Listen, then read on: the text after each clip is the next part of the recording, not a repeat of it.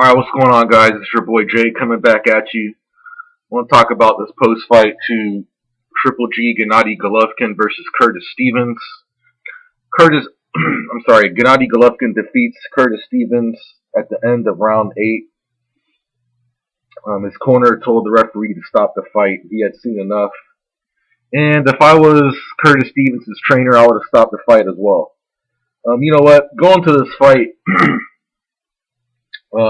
there was a lot of unanswered questions going into this fight for Gennady Golovkin. How would he do against, a very big, solid, hard-hitting puncher like Curtis Stevens? We haven't really seen him in the ring, with a guy of that power, and how would he react if he would have got hit? Well, last night the questions were answered. Gennady Golovkin came forward. I was very impressed with the way how he controls the distance. He cut off the ring very well. And another thing I noticed about Gennady Golovkin, man, he maintained eye coordination. He stayed focused on his opponent. Basically, Gennady Golovkin was I noticed he was like a locked-in, heat-seeking missile, man. So, anytime when Curtis Stevens would try to escape, he would use the elbow to drive him back up against the ropes, and just keep that pressure going, man. But I scored the fight pretty much. I gave one round to Curtis Stevens. I noticed some people gave him 2 rounds. I would not argue if they gave the first round to Curtis Stevens, because I thought it was kind of close. But I did give, 1 round to Curtis Stevens. There's some justifications or arguments that you could make where he could have easily won 2 rounds. I could easily understand that. But at the end of the day, Golovkin landed more. His punches were pretty, had more effectiveness. And Gennady Golovkin, man, he just really controlled the fight, from the opening bell. And it was just a really good, solid performance, man. I was very impressed by Gennady Golovkin's performance in this fight. I would not actually be surprised if he lands Fighter of the Year for 2013. This was his 4th fight. I actually forgot that he fought 4 times. I forgot that he knocked the shit out of Ishida. Because I know that fight was not in the United States, but yeah, I would not be surprised, guys, if he lands Fighter of the Year. He's pretty much destroyed all 4 of his opponents this year while retaining, his middleweight strap. And I saw a lot of issues with Curtis Stevens. I'm not really totally disappointed with him. He got up, after that second round. He tried to hang in there, but he just didn't have really much left in the tank.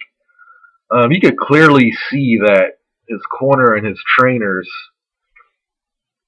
were really pleading with him to, fight the fight in the center of the ring. And I highly agree, man. I think that he should let his hands go more. I don't understand why he kept going into a shell kind of defense.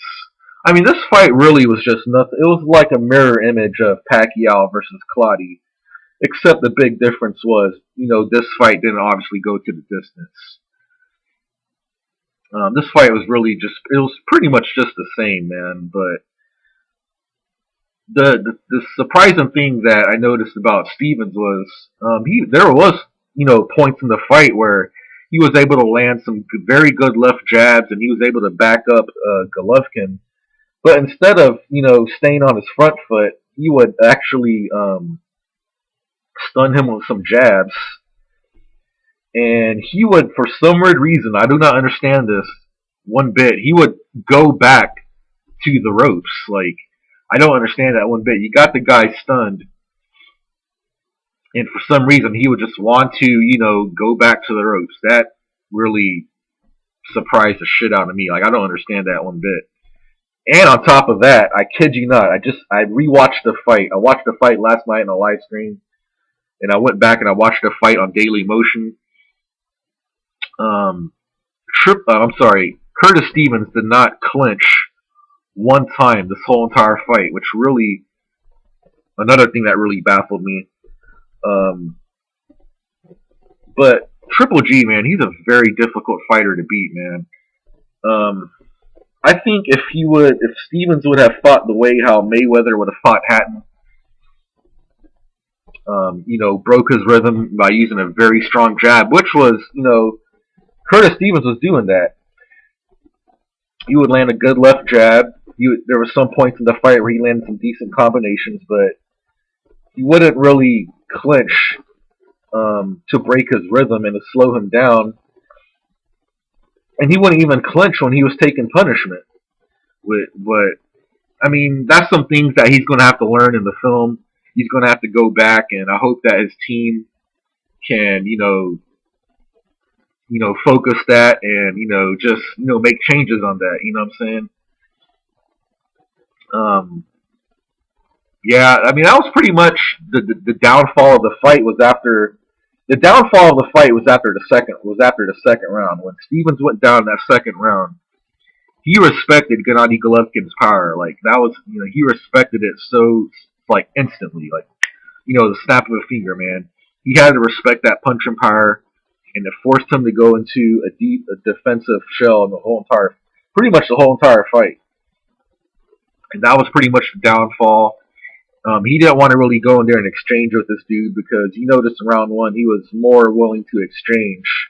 He finished a little stronger after the first round, but after he went down in that second round, man, from that brutal left hook, man, it was just I knew the fight was going to be downhill after that, and it was a tough loss for Stevens, man, because he talked a lot of shit. He talked a lot of shit, saying that he was the one that's going to knock Gennady Golovkin out and this and that, but apparently he couldn't get the job done last night. So both fighters move forward from this point. I'm going to start with Curtis Stevens, man. I think he should go back down to 154, man. I don't know if he could be able to compete with these Bulldogs at 160, man. I think he should go back down to 154 and fight maybe some guys like Victor Ortiz, Carlos Molina. Fight these dudes, man. I don't know if he's gonna be able to even compete with these big dogs at 160, man. I just really doubt it. Yeah, I suggest him going back down to 154. He should keep his trainer. His trainer did a good job. His trainer's been with him ever since his professional debut. I noticed that Stevens was taking a lot of information, man, because not even his trainer was telling him, stuff. His second assist and the other guy. It was like, yeah, you had all three guys, you kind of explained to him, man, hey, man, this is what you got to do. You got to take the fight in the center of the ring. You got to let your hands go, throw more punches. There was a lot of information for Gennady Golovkin. I'm sorry, for Curtis Stevens to digest. But anyways, now going forward for Gennady Golovkin, man, this guy has been striking terror in the souls of everybody he's fought in the middleweight division. I'm very, very glad that he was finally able to call out some of the, start calling these dudes out, man. That's what we need more in boxing, man. And I'm kind of glad, Max Kellerman actually opened his mouth and said something for him to actually call out, call out at least one name, and then he mentioned Peter Quillen and Sergio Martinez. So I'm kind of glad that Max was able to, get him to actually, mention something. I'm actually really glad for Gennady Golovkin as well, man, that he was actually say, hey, man, I want Sergio and I want Quillen. I would like to, if anybody could really, be an established, unified champion at this division, I'm telling you guys right now, man, I believe Gennady Golovkin is the man that can do it. I saw on some Facebook shit, Peter Quillen was mentioning stuff like, put your money where your mouth is and this and that. But Peter Quillen wasn't really calling out Gennady Golovkin after his fight with Rosado.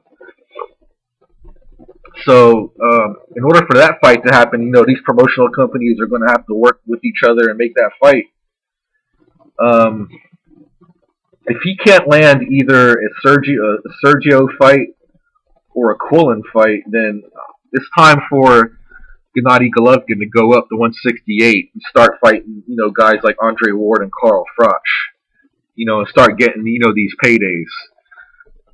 But I don't think he's going to go up. I think Golovkin's going to stay at 160 for a little bit longer. I mean, if he could, get that IBF strap from Darren Barker, cool, I wouldn't mind that. If, like I said, man, if Golovkin stays at 160, the only business he has doing, man, is to get all those, just clear up that division, man.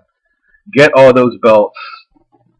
And at that point, man, you could just move up to 168. If he don't stay in that division to get those belts, then there's no point for him to stay at 160. Like, it's a waste of time. You know what I'm saying? Like, we as the fans could see through this shit. We already know what he's all about. The dude has skills. He has tremendous power. He goes to the body very well. He can maintain eye coordination. He's a very solid fighter, man. But for him to stay at 160 and fight guys like Sergio Mora and stuff and shit like that, and that's just not really going to get him nowhere, man. So I've been saying this for a while, man. I want Triple G to fight Peter Quillen. I don't think that Sergio is going to take a high-risk championship fight coming off a long injury. So for me, the only fight that makes sense is Triple G versus Peter Quillen if the promotional companies can work together on it. But at the end of the day, man, I believe it honestly is really going to boil down to the fighters, man, how bad that they want these fights. So like I said, I'm really glad that he called out Quillen and Martinez. We're going to see what happens, man. But Gennady Golovkin, a shout out to him. And I'm really glad, man. I like the way how the things are heating up in the middleweight division, man. I really do. So we're going to see what happens, man. Hopefully, I'm going to cross my fingers and we're going to hope that Golovkin fights Peter Quillen next. And I'm just going to give you a little quick early prediction. I think Gennady Golovkin is going to knock Peter Quillen the fuck out. Because Peter Quillen keeps his chin way too high in the air. And Peter Quillen don't think in the heat of battle. I'm not saying it'll be an easy battle. I'm not saying it'll be totally easy for Gennady Golovkin. I mean, Peter Quillen's a tough dude. He'll make it a tough fight. But I could see that fight being a late round knockout, somewhere probably like around round 9. Round 9 knockout for Golovkin if they were to fight. But that's my 2 cents on it. It was a good night of boxing. I did watch that heavyweight fight between Perez and the other guy. I got to rewatch that fight because my live stream was kind of choppy. If I get a chance to rewatch that fight in a good quality, I'll probably do a post fight video on that. But that's all I got. Shout out to Gennady Golovkin, man. Good night of boxing. Peace out.